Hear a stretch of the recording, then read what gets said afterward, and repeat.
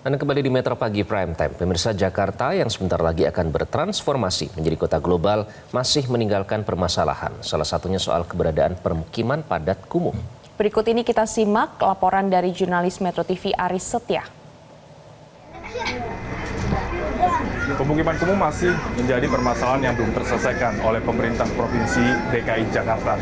Berdasarkan data Badan Pusat Statistik atau BPS, masih terdapat sebanyak 450 RW atau rukun warga kumuh atau 16,39% dari total 2.744 RW yang ada di kota Jakarta pada tahun 2023.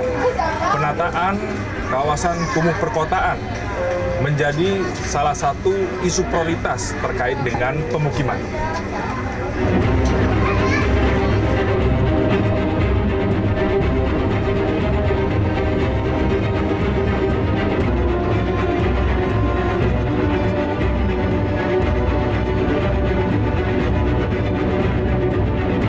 Saat ini saya berada di RT 8, Kelurahan Tanah Tinggi, Kecamatan Johar Baru, Jakarta Pusat.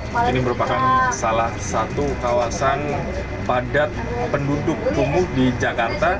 Dan sepertilah realita yang nampak, bangunan yang ada di kawasan ini begitu berdempetan dan sehingga sirkulasi udara ataupun cahaya pun sangat minim, dan tentu ini sangat berdampak tentunya ataupun beresiko terhadap kesehatan warga yang tinggal di sini. Dan selain itu juga bahwa kondisi ini tentu sangat beresiko apalagi bila terjadi kebakaran ataupun banjir yang melanda warga di sini. Dan seperti apa respon ataupun tanggapan dari warga yang tinggal di kawasan ini, berikut selengkapnya. Untuk merubah kehidupan tahap hidup perekonomian khususnya di kawasan padat ini kami setuju. Cuman artinya kalau ada merelokasi untuk wilayah warga sini, tentu kita akan musyawarah dan bicarakan dulu ke warga setempat. Nah, itu yang bisa kami sampaikan. Tujuan pemerintah baik, kami dukung. Cuman tentu ada musyawarah hasil feedback dari masyarakat setempat. Apakah setuju apa tidak, itu yang belum bisa kami pastikan. Kalau buat saya pribadi sih ya setuju aja ya. Tapi kalau untuk yang lain saya nggak tahu loh. Nanti dikiranya saya mau ini. Kalau untuk saya pribadi setuju aja. Kalau emang itu untuk kebaikan, ya nggak apa-apa. Dari pribadi sendiri sih, saya juga kan belum tahu juga karena kita menunggu kesepakatan semua warga di sini yang tinggal di sini, jadi nggak sebelah pihak doang nih. Nah, gimana bagusnya? Terus, nah sejauh ini kan soalnya kita lebih nyaman ya dalam keadaan begini gitu, Pak, Mas. Seiring perubahan nama daerah khusus ibu kota menjadi daerah khusus Jakarta, DPRD DKI Jakarta menargetkan pada tahun 2027 Jakarta bebas dari kawasan kumuh. Guna mengatasi problematika ini, DPRD DKI Jakarta pun menyarankan kepada Pemprov DKI Jakarta untuk membangun hunian vertikal. Tentu saat ini, warga atau masyarakat yang tinggal di kawasan kumuh menantikan seperti apa realisasi hal tersebut. Dari Jakarta, Aris Setia, Rudi, Metro TV.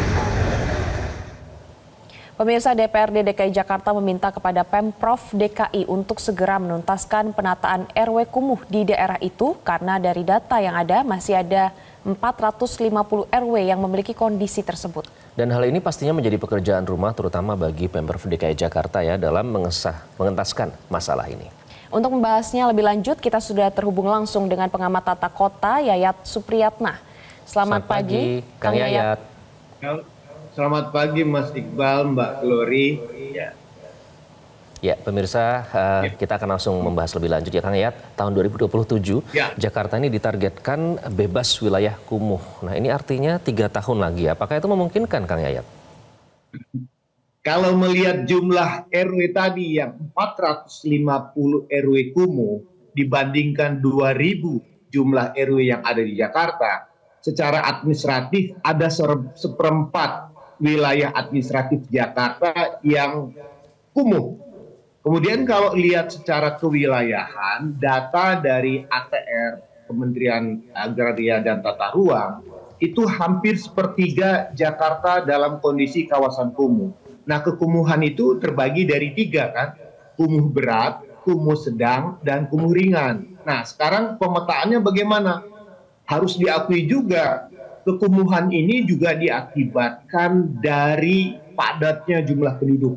Di Jakarta itu dalam 1 kilometer persegi, jumlah penduduknya bisa 16.000 sampai 20.000. Tidak terbayangkan dalam 1 hektar itu ada 190 sampai 200 jiwa. Nah, PR-nya dalam waktu 3 tahun apa yang bisa dilakukan?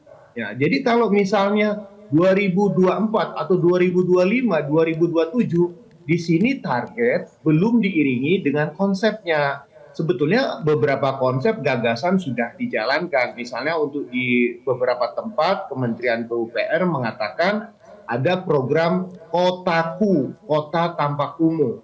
Jakarta sendiri punya CAP, Community Action Plan, berupa program penataan kumuh berbasis kepada peran masyarakat. Tapi kendala terbesar kekumuhan Jakarta ini adalah pada aspek legalitas tanahnya.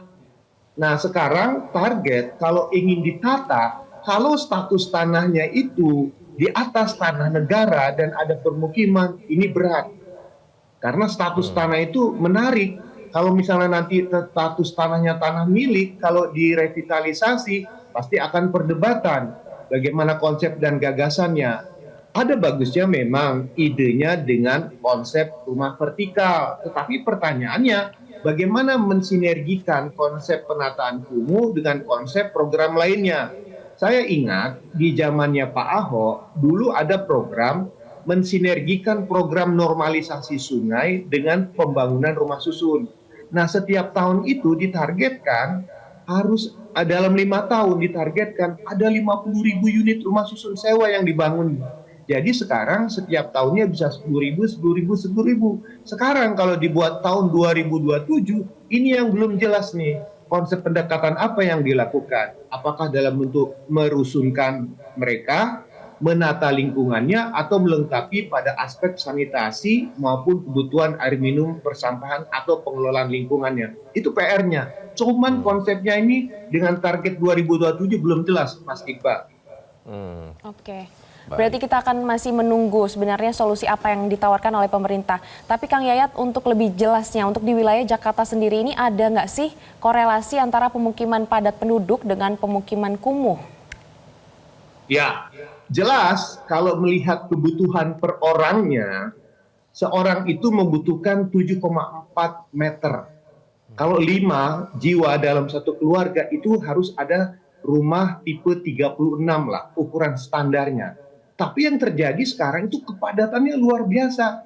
Mohon maaf, ini kalau misalnya di Jakarta ini, kalau tanya sama Dukcapil, itu ada namanya numpang kakak, numpang alamat. Jadi satu alamat itu bisa digunakan oleh 30 kakak, bayangkan. Jadi sebetulnya status administratif penduduk yang tidak jelas ini sama status tempat tinggal. Nah, sekarang kan pertanyaan, bagaimana cara mengelolanya? Ini pertanyaan paling menarik, karena sekali lagi saya bilang, pendataan penduduknya penting. Apakah mereka di situ tinggal di kawasan kumuh di atas tanah milik sendiri, rumah sewa, numpang, atau bagaimana? Karena terus terang aja, status legalitas tempat tinggal ini penting. Nah, kalau melihat situasi dan kondisi seperti ini, kalau menurut saya, ada bagusnya ditetapkan target per wilayah. Misalnya contoh, di Jakarta Pusat, kita kadang-kadang malu ini. Di Jakarta Pusat tuh, Jakarta punya 2 wajah katanya dulu. Wajah Singapura dan wajah Bangladesh. Itu kata Pak JK ya. Satu sisi di depannya apik, di belakangnya kumuh padat. Nah, sekarang pertanyaannya, mensinergikan kekumuhan yang ada di Jakarta Pusat yang kita ingin sebentar lagi mau jadi kota global, itu bagaimana? Nah, di sini yang menarik, pendataan penduduk sangat penting tentang status mereka. Kedua, pendataan ekonomi. Karena nanti kalau di rumah susunkan, khususnya rumah susun sewa, itu harus membayar, dan otomatis kegagalan kita dalam memindahkan warga ke rumah susun itu, khususnya rumah susun sewa, adalah kemampuan membayar iurannya. Kita punya pengalaman buruk ketika beberapa tahun yang lalu ada 15.000 kakak yang tinggal di rumah susun itu nunggak bayar uang rumah susunnya. Ini kan menjadi masalah, terpaksa harus diputihkan. Kedua, kalau ingin ada tadi kesepakatan di tingkat RW misalnya salah satu, ada nggak lahannya yang bisa ditata ulang atau bersedia nggak penduduk itu ditinggalkan dulu di shelter, di pemukiman sementara, kemudian dibangunkan rumah susun. Tapi itu juga berdasarkan kesepakatan, misalnya dengan pendekatan CAP, Community Action Plan, seperti di kawasan Kampung Akuarium. Ya, yang PR lebih lanjut, kalau ada tanah-tanah negara, bagaimana itu statusnya? Dulu waktu zaman Pak Jokowi ada itu penataan dengan konsep kampung deret. Ada upaya penataan, di situ ada subsidi dan bantuan. Nah, konsep ini yang belum dijelaskan oleh DPRD, berapa angka atau budget yang dibutuhkan terkait kawasan kumuhnya, berapa jumlah RW yang akan ditata, di mana diprioritaskan. Nah, ini mudah-mudahan kalau gubernurnya akan datang punya visi untuk menata Jakarta, dia harus punya visi bagaimana menetapkan target tahun 2027, berapa RW yang akan ditata ulang, berapa anggarannya. Nah, sampai sekarang ini target dibuat, tapi anggaran, lokasi, RW-nya, bahkan kalau penting sosialisasi. Kalau misalnya tidak jelas, warga nanti bisa andilau tuh antara dilema dan kegalauan, digantung terus, nggak ada kepastian. Gitu. Ya, yang kita harapkan gubernur mendatang ya tentunya memperhatikan kepentingan masyarakat kumuh ya, bukan hanya memperhatikan kepentingan golongan sendiri, itu harapan kita. Kang Yayat, tapi soal legalitas tadi Anda menyatakan sebenarnya salah satu pekerjaan rumah yang besar di soal legalitas itu. Kita bisa tahu nggak sih data soal legalitas ini, berapa rumah yang sebenarnya berdiri di atas tanah negara dan berapa yang sebenarnya memiliki sertifikat hak milik, itu kita bisa tahu nggak di situ? Nah, sebetulnya itu bisa kita konfirmasi. Pertama dulu perdebatan misalnya waktu zamannya Pak Ahok misalnya, tentang status tempat tinggal di bantaran sungai. Ada perdebatan, ada yang menuntut bahwa saya tinggal di atas tanah, tapi kata pemerintah, tanah di bantaran sungai adalah tanah negara, karena bagian dari sempadan sungainya. Itu ada peraturannya. Tetapi ada masyarakat yang mengatakan saya punya sertifikat, saya membeli. Nah sekarang kalau penetapan status tanah negara, ini menarik sebetulnya. Negara punya kuasa, tapi negara lupa untuk melakukan pendataan. Karena sekarang banyak orang melakukan seperti di dalam gambar ini, misalnya menguruk bantaran sungai, menambah. Jadi bantaran sungainya itu makin kecil. Nah, mensinergikan normalisasi nanti dengan revitalisasi penduduk di atas lahan negara yang ada di bantaran sungai misalnya, itu bisa dilakukan.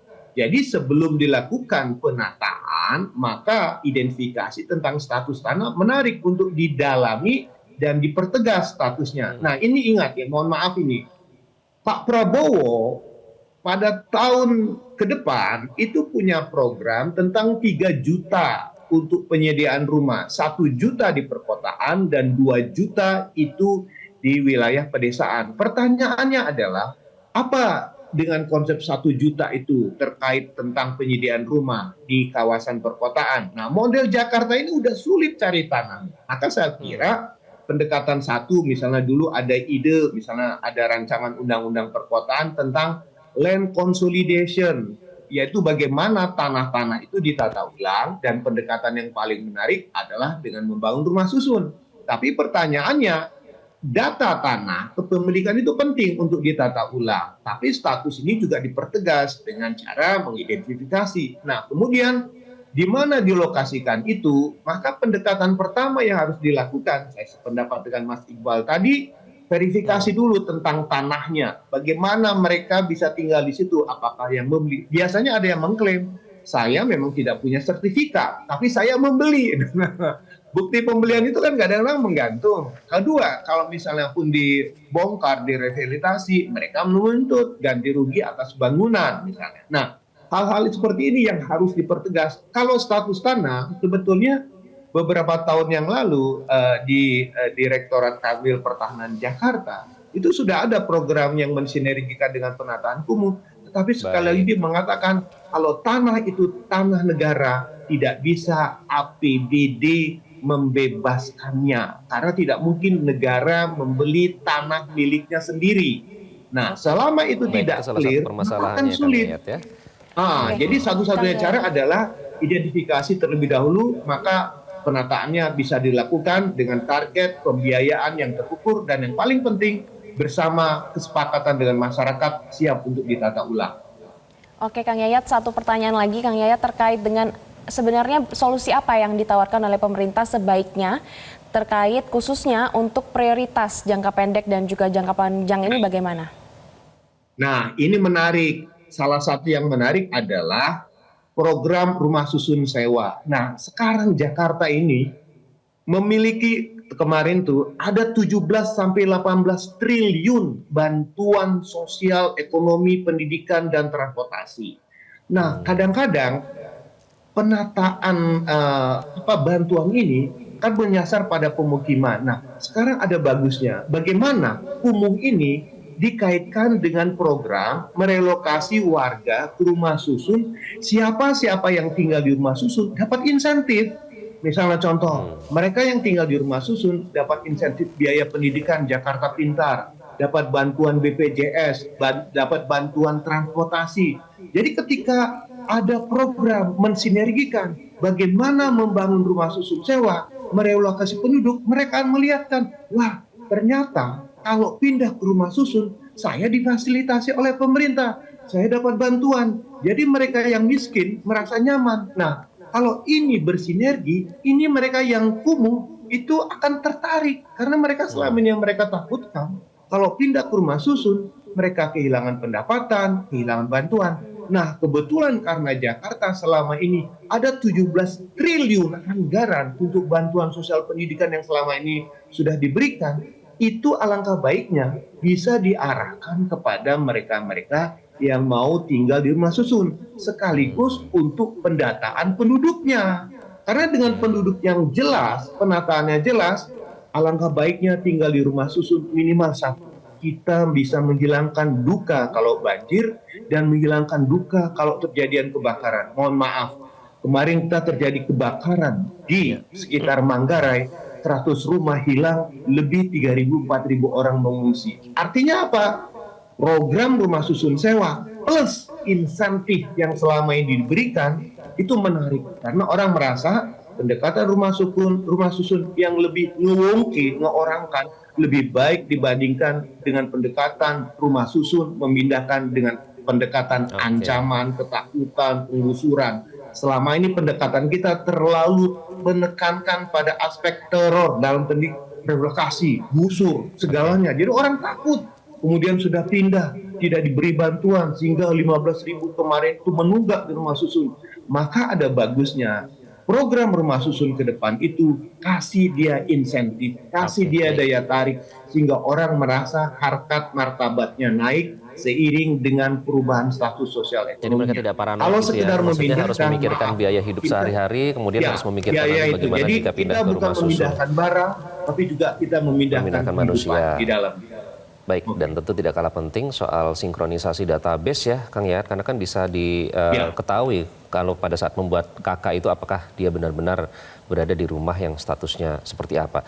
Terima kasih Kang Yayat, kita nantikan seperti apa ke depannya karena ya ini pasti akan dihadapi karena tidak mungkin banyak yang pindah ke IKN, tidak mungkin masih mereka akan tetap berada di Jakarta. Terima kasih Kang Yayat sudah bergabung dengan Metro Pagi Prime Time. Terima kasih.